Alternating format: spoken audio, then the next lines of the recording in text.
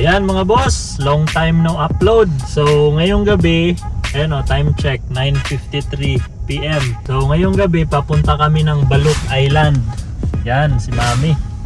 So tatlong sasakyan kami, ayan, Ranger, yung Shark, at saka ang sa likod yung Hilux, yung Conquest. Tapos puro kami relief goods. Alam naman siguro niyo mga boss na tinamaan kami dito ng sobrang lakas na lindol, magnitude 7. Sobra ma'am no? 7.8. 7.8. Tapos ang malaking pinsala doon sa hometown ko sa Balot Island, province of Davao Occidental. So ayan, pupunta tayo doon. Ihatid natin itong mga tulong na binigay ng grupo ni Boss Project 1M. Ayan, shout out Boss Boss Project 1M. 1M. Ito na yung tulay sa ano mga boss, Sapo. Ito na yung naputol na tulay ma'am dito.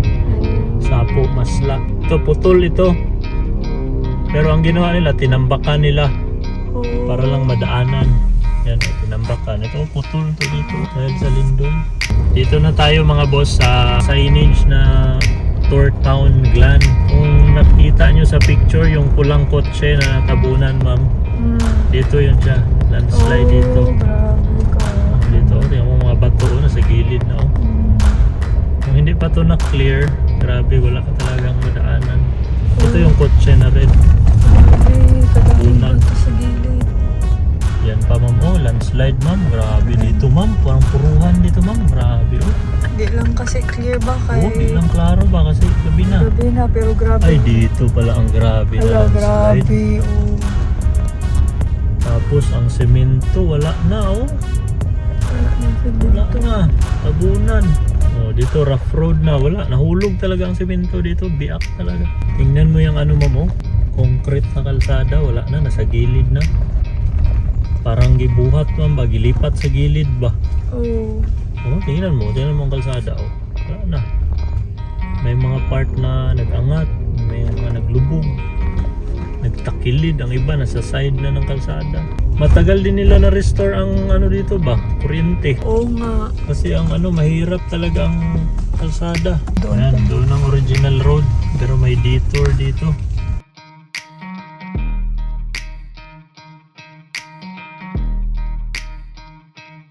Yan mga boss, time check 11:06. Dito na tayo ngayon sa Poblacion Glan, dito sa sentro nila. Ito ka na ma'am? Medyo O din, 11 na kasi. 11 na. Yan mga boss, dito ang grabe ding landslide sa seawall. Seawall ng Margus. One lane na lang, tapos grabe ang putik. Partida, wala pang ulan.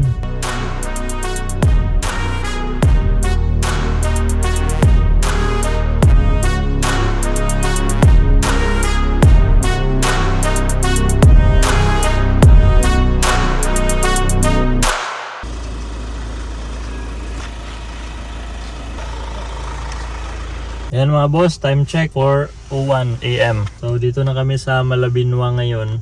Natagalan kami kasi natulog pa kami doon sa ano, Glan. Tulog pa kami doon ng mga 1 hour siguro or 1 2 hour hours. 30 minutes. Mga 2 hours, tapos dahan-dahan lang kasi maraming ano, obstacle sa kalsada. Tingnan nyo ang bahay mo, pakita mo good ma'am.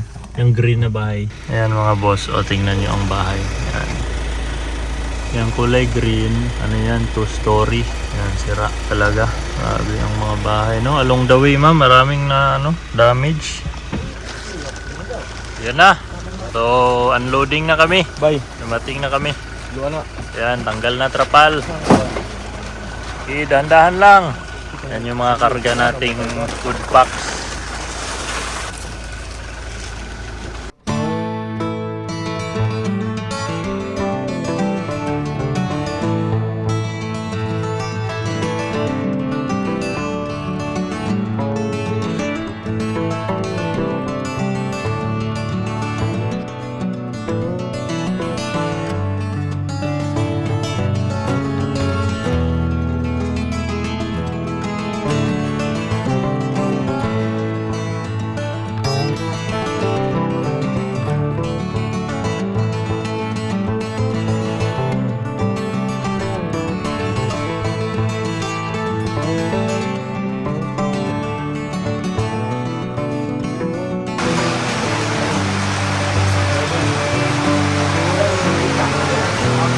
Breakfast guys.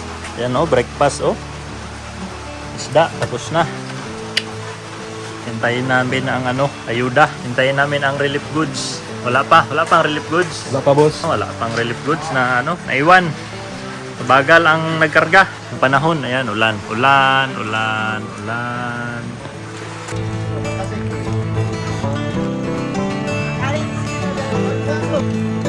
Ayan na, dumating na ang ating mga karga.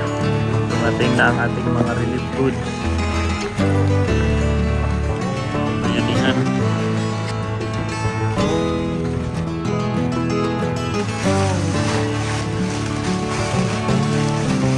Lakad na tayo. Punta ng evacuation. O, simbahan nila. Wala nang haligi.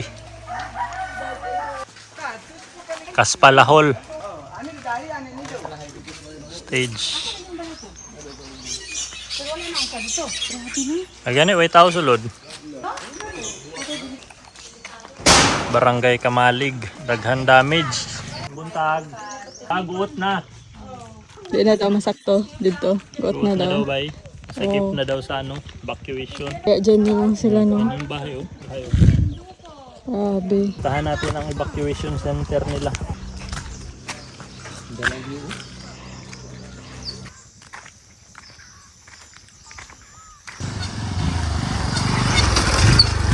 Ayan na ang mga relief goods. Nilagay sa sako para mas madali ang pagkarga sa motor. Galing doon sa bahay, nilipat sa sako tapos sinakay sa motor papunta dito sa evacuation. Malapit na kami sa evacuation. Mga 2 to 3 kilometer din ang hike. Yan na, hanggang dyan lang ang motor. Ito na kami sa evacuation.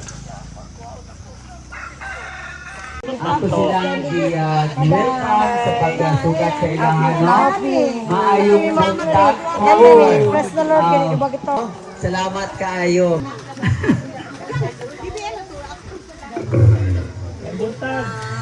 Maing buntag. Maing buntag.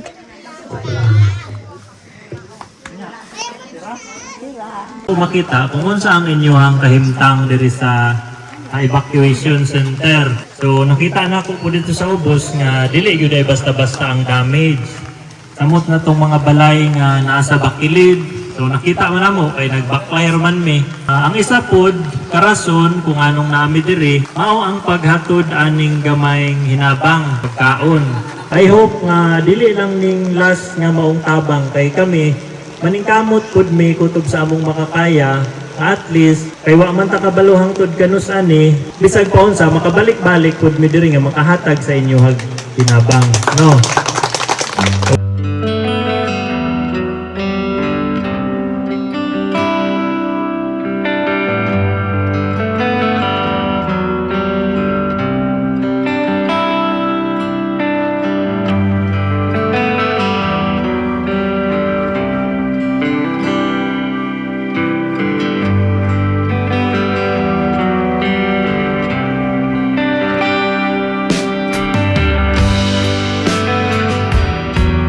Barangay Kamalig. Papunta na kami doon sa malaking island called Balot Island.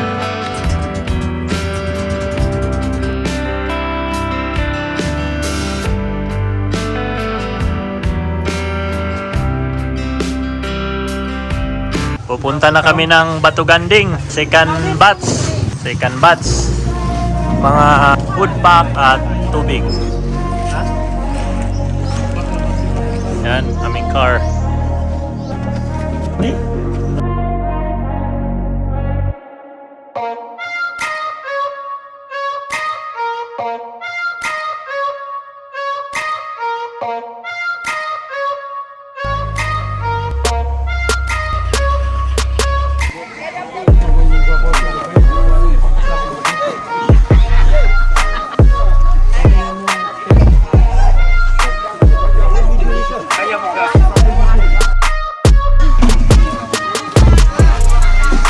Yan, tapos na ang ayuda dito sa Batuganding. Tingnan natin ang simbahan nila.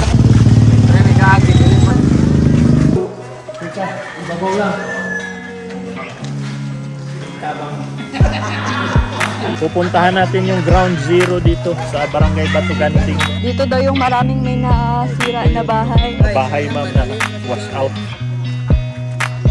Yan ang simbahan ng SDA Adventist. Oh, ang bubong nasa lupa na.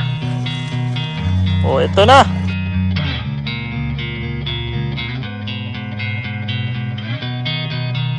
Gida sa tubig, tamak para mahugasan ng mutil. Ha? May bagong bahay pa. Ito ang ground zero dito sa Barangay Batuganding. Halos lahat ng bahay ubos. Pati ang lupa, oh. Ragi buldos ang dalan. Yan ang kalsada nila. Tingnan nyo ang mga bahay, oh. Wala na natira.